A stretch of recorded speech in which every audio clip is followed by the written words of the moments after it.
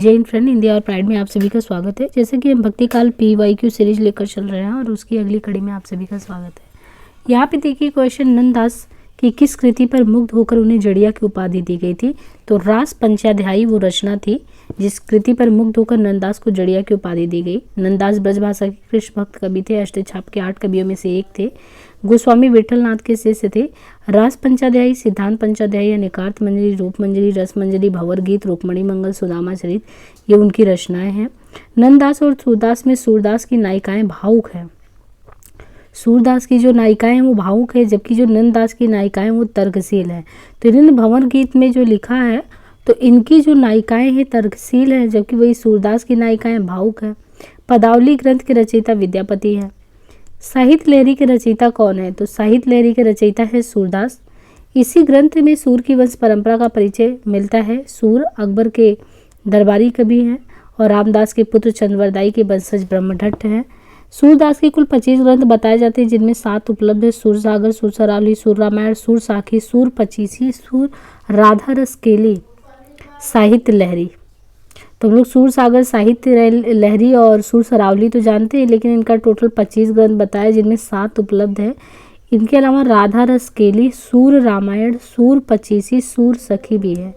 सूरदास की मृत्यु पर विठलनाथ ने क्या कहा था? ये कहा था कि पुष्टि मार्ग को जहाज जात है, सो जाको कुछ लेने हो सो लो। यानी जब सूरदास की मृत्यु हो गई थी तो विठलनाथ ने कहा था। आचार्य शुक्ल ने लिखा, सूर की बड़ी भारी विशेषता नवीन प्रसंगों की उद्भावना है। प्रसंग उद्भावना करने वाली ऐसी प्रतिभा हमने तुलसी में नहीं पाते हैं। इसके बाद है कि तोरी माननी ते हियो फोरी मोहिनी मान प्रेम देव की छवि ही लखी भय मियाँ रस खान। तोरी माननी ते ही हो, फिर मोहिनी मान प्रेम देव की छवि लखी हो भय मियाँ रस खान। ये जो है शुक्ल के अनुसार उपयुक्त दोहे से प्रमाणित होता है कि रस खान किसी स्त्री पर आसक्त थे। स्त्री मानवती थी और रस खान का अनादर करती थी, और रस खान स्वयं को प्रेम का मानदंड मानते थे। और रस खान को भास हुआ कि जिस पर गोपियाँ हैं उसी पर ध्यान लगाया जाए, नहीं गोपियाँ जिन पर आसक्त हैं। तो शुक्ल के अनुसार उपयुक्त जो प्रमाणित है कि रस खान किसी स्त्री पर आसक्त थे, स्त्री मानवती थी और रस खान का अनादर भी करती थी। रस खान को भास हुआ कि जिस पर गोपियाँ मरती हैं उन्हीं पर ध्यान लगाया जाए। रस खान का पूरा नाम सैयद इब्राहिम है। कृष्ण भक्ति के कवित्व सवैया पद्धति को अपनाने वाले पहले कवि हैं। रचनाएं हैं सुजान रस खान, दान लीला, अष्टयाम, प्रेम वाटिका। तुलसीदास ने अपने रामचरितमानस में सबसे पहले जो है रस खान जी को, यानी अपना जो रामचरितमानस तुलसीदास ने लिखा था वो सबसे पहले किसको सुनाया था? तो रस खान को सुनाया था। प्रेम वाटिका किसकी काव्य कृति है? प्रेम वाटिका अगर देखेंगे तो किसकी काव्य कृति है? तो प्रेम वाटिका रस खान की 1614 ईस्वी में देखें तो प्रेम वाटिका जो रस खान की काव्य कृति है। इसमें राधा कृष्ण को मलिन माली बनकर प्रेम उद्योग का वर्णन बताया गया। रस खान का मूल नाम सैयद इब्राहिम था। आलम ये रीति मुक्त धारा के कवि हैं। प्रेम की पीर या इनके दर्द एक एक वाक्य में मिलते हैं। इनकी प्रमुख रचना आलम की है, आलम केली, माधवानल, काम कंदला, सुदामा चरित। और नागरीदास की प्रमुख रचना है इश्क चमन। तो एक ये भी है, नागरीदास की प्रमुख रचना है इश्क चमन। और भारतेंदु जी ने इनको गद्य के प्रवर्तक के रूप में जाना है। यानी रस खान को देखे जो प्रेम वाटिका के लेखक है, 1614 में इन्होंने लिखा था और राधा कृष्ण को मालिन माली बनाकर प्रेम उद्योग का वर्णन किया था। तो भारतेंदु जी इनको कहते हैं कि इनको गद्य के प्रवर्तक के रूप में। काव्य ग्रंथों की संख्या 70। इनके प्रमुख काव्य ग्रंथ भक्ति सर्वस्व, कार्तिक स्नान। मतलब ये भारतेंदु जी के बारे में है कि ये गद्य के प्रवर्तक है। काव्य ग्रंथ संख्यों की संख्या 70 है। इनके प्रमुख का ग्रंथ संग्रह है भक्ति सर्वस्व, कार्तिक स्नान, प्रेम सरोवर, प्रेम माधुरी, होली। नायिका भेद पर आधारित रस मंजरी के रचनाकार कौन है? तो नायिका भेद पर आधारित रस मंजरी के रचनाकार नंददास है। यह रीति निरूपण संबंधी रचना है। इसमें नायिका का वर्णन किया गया है। स्वकीय, परकीय, नायिका के भेदों के साथ 9 प्रकार की नायिकाओं का वर्णन है। इनकी अन्य रचना है रास पंचाध्यायी, सिद्धांत पंचाध्यायी, रूप मंजरी, विरह मंजरी, भंवर गीत। निम्नलिखित में से कौन अष्टछाप का कवि है? तो देखिए सूरदास अष्टछाप के कवि हैं। आचार्य रामचंद्र शुक्ल अपने हिंदी साहित्य के इतिहास में कृष्ण भक्ति शाखा के अष्टछाप कवियों के नाम क्रमशः ये बताए हैं। तो आप देखिए यहाँ पे बल्लभाचार्य के 4 शिष्य यहाँ पे विठलनाथ के हैं। बल्लभाचार्य के में कुंभन, सूर, परमानंद, कृष्ण। यानी सूर, कृष्ण, परम आनंद, कुंभन। और जितने भी स्वामी हैं, गोविंद स्वामी, चित्त स्वामी, चतुर्भुज दास और नंददास। देखिए लास्ट में कौन है? नंददास। तो ये 4 हो गए विठल के। तो कुंभन, सूर, परमानंद, कृष्ण। और बाकी गोविंद स्वामी, चित स्वामी, चतुर्भुज दास, ये सभी हो गए विट्ठल के। कुंभन दास का 1468 से 1583 समय है। सूरदास का 1478 से 1583। जमुनावती यूपी से कुंभन दास, सूरदास 1478 से 1583 सीही, परमानंद 1493 कन्नौज यूपी, कृष्णदास 1496 से 1578 चिलोतरा गुजरात, गोविंद स्वामी 1505 से 85 आंतरी राजस्थान, चित स्वामी 1515 से 85 मथुरा, चतुर्भुज दास 1530 से 85 जमुनावती, नंददास 1533 से 83 रामपुर। 632 निम्नलिखित में से कौन सा कवि कृष्ण भक्ति धारा के कवियों में शामिल नहीं है? नाभादास, हरिदास, नंददास, ध्रुवदास। तो इसमें से कौन से ऐसे कवि है जो कृष्ण भक्ति धारा के कवियों में शामिल नहीं है? नाभादास। नाभादास कृष्ण भक्त कवियों के धारा में शामिल नहीं है। नाभादास राम भक्ति धारा के कवि हैं। कृष्ण भक्ति काव्य धारा के कवि नंददास, हरिदास, ध्रुवदास, सूरदास, कुंभन दास। तो यहाँ पे है नंददास, हरिदास, ध्रुवदास, हरिदास, ध्रुवदास, सूरदास, कुंभन दास, परमानंद, कृष्णदास, गोविंद स्वामी, चित स्वामी, चतुर्भुज, रसखान, मीरा, रहीम। राम भक्ति में रामानंद अग्रदास, तुलसीदास, नाभादास, विष्णुदास, नरहरिदास, ईश्वरदास। केवल प्रेम लक्षणा भक्ति का आधार ग्रहण करने के कारण कृष्ण भक्ति शाखा में अश्लील विलासिता की प्रवृत्ति जागृत हुई है। यह विचार किसका है? तो केवल प्रेम लक्षणा भक्ति का आधार ग्रहण करने के कारण।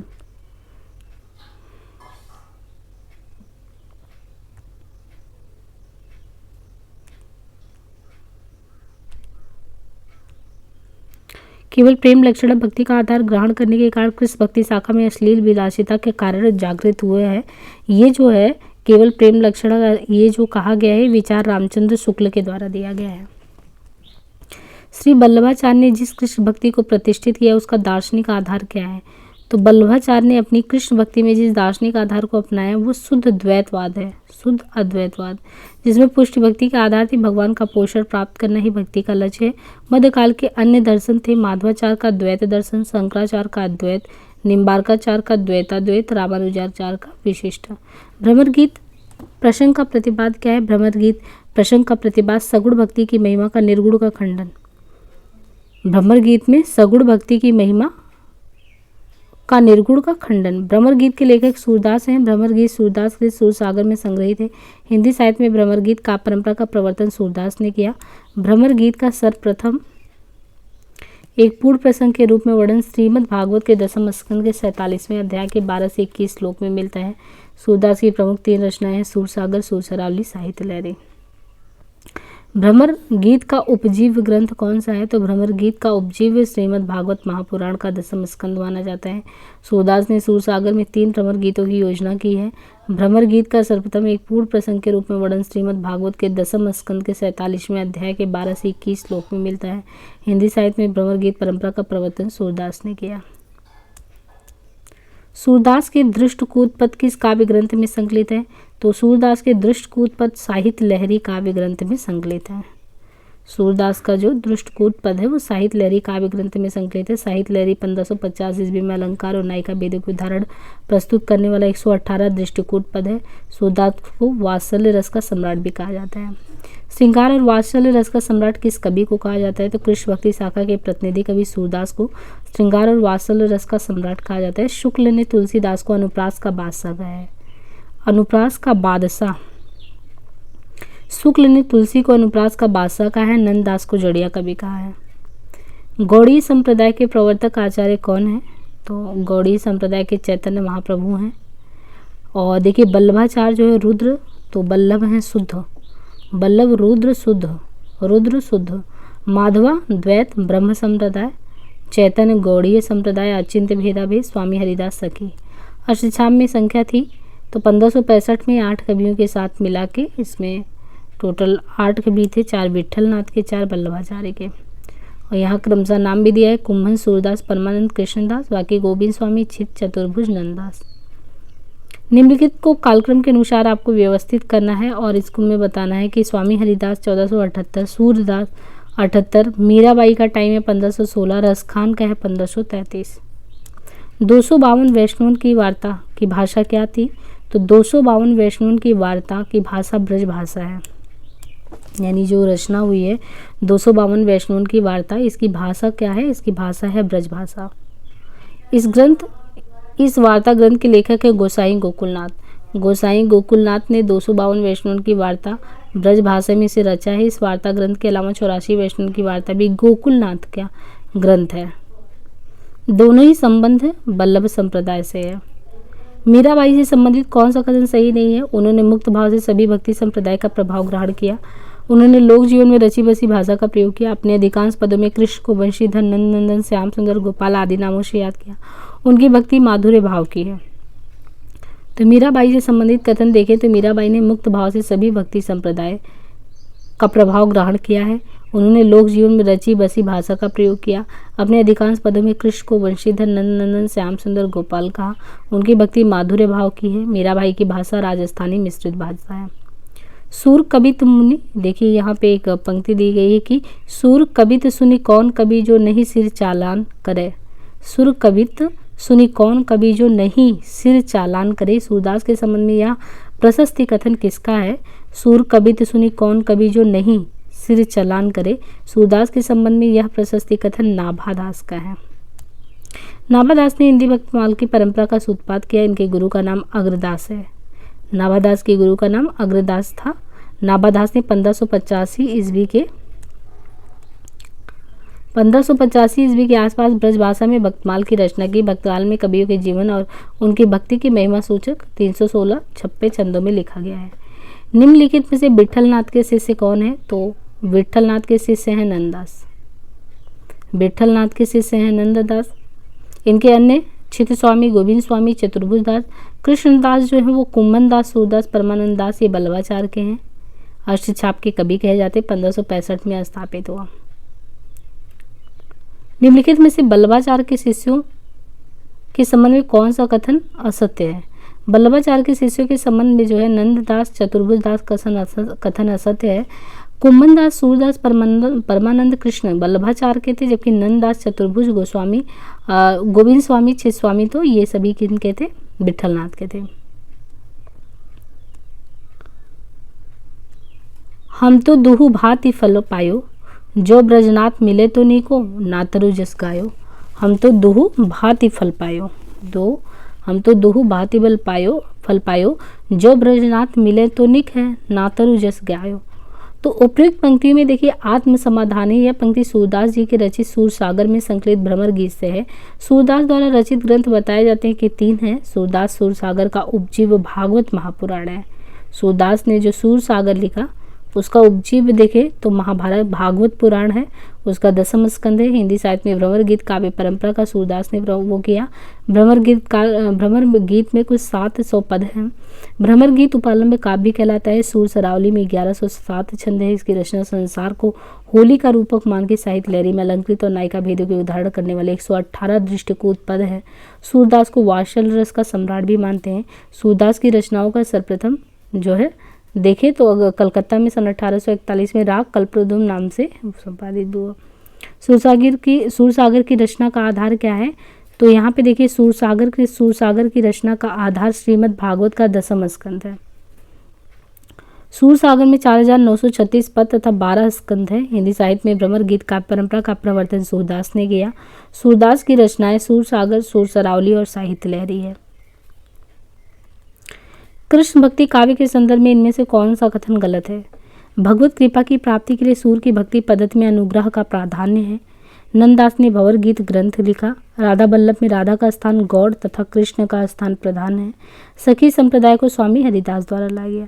तो देखिए राधा बल्लभ जहाँ पे राधा आगे हैं तो उस संप्रदाय में राधा का स्थान गौड़ नहीं है बल्कि प्रधान है। यह कथन कृष्ण भक्ति काव्य के संदर्भ में गलत है। भगवत कृपा की प्राप्ति के लिए सूर की भक्ति पद्धति में अनुग्रह का प्राधान्य है। नंददास ने भंवर गीत रचना रची है। सखी संप्रदाय का स्वामी हरिदास ने पालन किया है और राधा बल्लभ संप्रदाय राधा का स्थान प्रथम उच्च तथा कृष्ण का स्थान गौड़ है। साहित्य लहरी के रचयिता के बारे में बात करें तो साहित्य लहरी के रचयिता कौन है?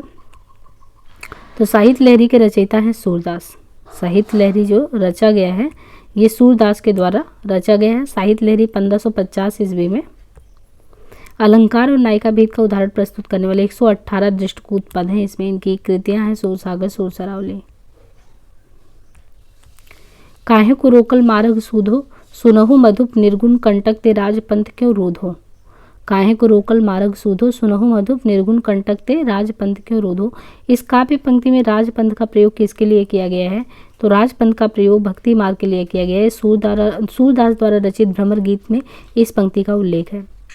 वल्लभाचार्य ने अपने मार्ग का नाम पुष्टि मार्ग क्यों रखा है, तो देखिए यहाँ पे पुष्टि मार्ग रखने के पीछे कोई ना कोई कारण रहा है। तो वल्लभाचार्य ने अपने मार्ग का नाम पुष्टि मार्ग रखा है क्योंकि भक्ति की ओर जीव की प्रवृत्ति तभी होती है जब भगवान का अनुग्रह होता है। इन्होंने जीव के 3 रूप बताए हैं, पुष्टि जीव है, मर्यादा जीव है, प्रवाह जीव है। जो भगवान के अनुग्रह पर निर्भर रहते हुए नित्य लीला में प्रवेश करे, यानी जो भगवान के अनुग्रह पर निर्भर रहते हुए नित्य लीला में प्रवेश करने का अधिकारी है, वो पुष्टि जीव है। मर्यादा जीव जो वेदोक्त विधियों का अनुसरण करते हुए भिन्न भिन्न लोक प्राप्त करता है। प्रवाह जीव जो जगत प्रपंच में ही निमग्न रहते हुए सांसारिक सुखों की प्राप्ति हेतु सतत चेष्टा करता है।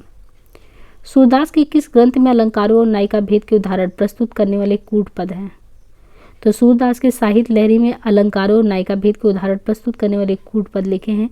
इनमें 118 दृष्टिकूट पद हैं। सूरदास को श्रृंगार और वात्सल का सम्राट माना गया है। इनके द्वारा रचित कृतियां हैं सूरसागर और सूर सरावली। गोपियों की वचन वक्रता का मनोहारी चित्रण सूरसागर के किस अंश में मिलता है। गोपियों की वचन वक्रता का मनोहारी चित्रण सूरसागर के भ्रमर गीत अंश में मिलता है। सूरदास के सूरसागर का उपजीव भागवत महापुराण का 10वां स्कंद है। हिंदी साहित्य में भ्रमर गीत का परंपरा का प्रवर्तन सूरदास ने किया। भ्रमर गीत को उपालंब काव्य भी कहते हैं। शुक्ल ने इसे ध्वनि काव्य भी कहा है। जिस प्रकार स्वामी रामानंद जी ने विष्णु के अवतार राम की उपासना पर जोर दिया, उसी प्रकार किस आचार्य ने कृष्ण को लेकर जनता को रसमग्न किया। तो जिस प्रकार स्वामी रामानंद जी ने विष्णु के अवतार राम की उपासना पर जोर दिया, उसी प्रकार किस आचार्य ने कृष्ण को लेकर जनता को रसमग्न किया है। तो ये देखिए रसमग्न किसने किया है कृष्ण को लेके। जिस प्रकार स्वामी रामानंद जी ने विष्णु के अवतार की उपासना पर जोर दिया, वल्लभाचार्य ने कृष्ण को लेकर जनता का। वल्लभाचार्य द्वारा रचित ग्रंथ है पूर्व मीमांसा भाष्य उत्तर मीमांसा। तो इसमें आपको देखिए कि वल्लभाचार्य स्वामी रामानंद ने विष्णु के अवतार राम की उपासना को लेके किया, तो वल्लभाचार्य ने कृष्ण को लेके किया है। और वल्लभाचार्य ने 2 उनकी रचनाएं हैं पूर्व मीमांसा भास उत्तर मीमांसा या अड़ुभास तथा तत्वदीप निबंध श्रीमद् भागवत का सूक्ष्म टीका। निम्नलिखित में कौन अष्टछाप के कवि नहीं है। रैदास जो हैं वो नहीं है। तो रैदास ज्ञानाश्रयी शाखा के संत कवि हैं, ना कि अष्टछाप के कवि हैं। अष्टछाप की स्थापना विट्ठल नाथ ने सन 1565 में किया था। काग के बाग बड़े सजनी हरि हाथ सो लोए गो माखन, यानी कौवे का बाग बहुत बड़ा है, सजनी उनके हाथ से माखन ले गया। तो ये किसने कहा, ये रसखान की पंक्ति है। जब ते प्रीति श्याम ते कीनी ता दिन ते मेरे इन नैनन नेकह नीर न लेने, यानी जब से प्रीति हमने प्रेम जो है श्याम से किया, तब से ये नैनन जो है इन्होंने नींद नहीं लिया। ये परमानंद दास के द्वारा कहा गया है। प्रभु हो सब पतितन को टीको, प्रभु हो सब पतितन को टीको सूरदास की पंक्ति है। शेष महेश गणेश दिनेश सुरसे जाई निरंतर गावे, नौ मरकत मणि श्याम कनक मणिगम ब्रजबाला, वृंदावन को रीज मनहु पहिराए माला, रश खान की पंक्ति है। सूरदास किस संप्रदाय में दीक्षित हुए थे, तो सूरदास पुष्टि मार्ग संप्रदाय में दीक्षित हुए थे। पुष्टि मार्गी संप्रदाय के प्रवर्तक वल्लभाचार्य थे। निम्बार्क संप्रदाय के निम्बार्काचार्य हैं। सखी के स्वामी हरिदास हैं। महाकवि सूरदास का जन्म स्थान क्या है, तो महाकवि जो सूरदास हैं इनका जन्म स्थान सीही है।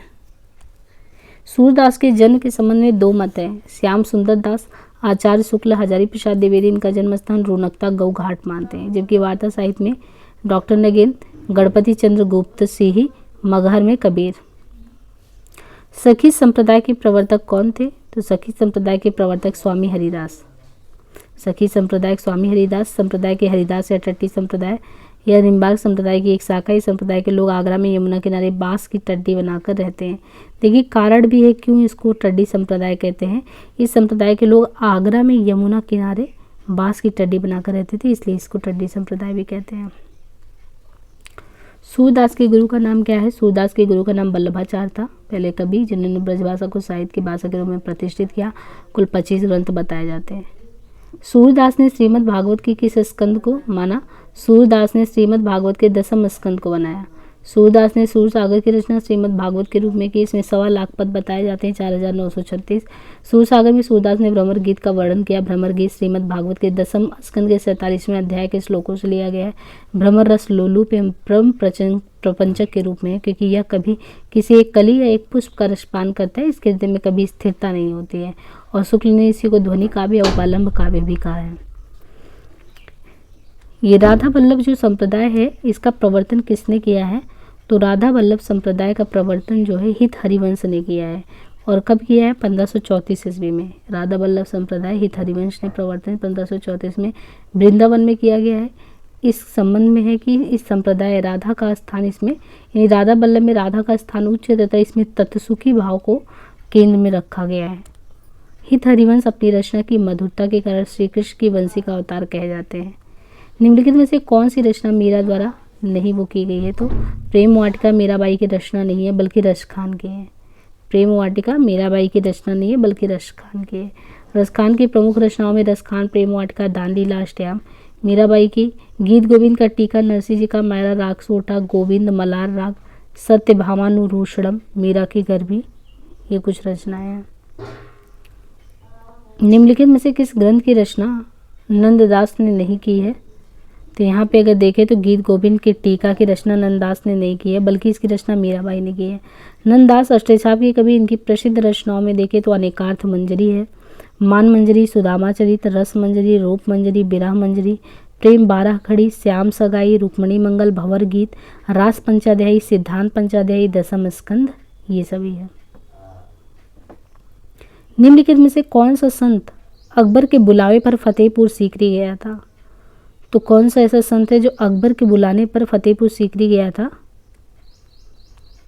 तो दिए गए संतों में कुंभन दास जो थे, कुंभन दास अकबर के बुलावे पर फतेहपुर सीकरी गए थे। अकबर ने बुलाया था तो वो वहाँ पे फतेहपुर सीकरी गए थे। कुंभन दास पहले अष्टछाप कवि थे। ये जाति के क्षत्रिय थे।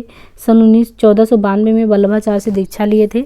फतेहपुर सीकरी जाने के अफसोस पर इन्होंने ये लिखा था कि संतन को कहाँ सीकरी सो काम आवत जात पनैया टूटी, विसर गयो हरिनाम।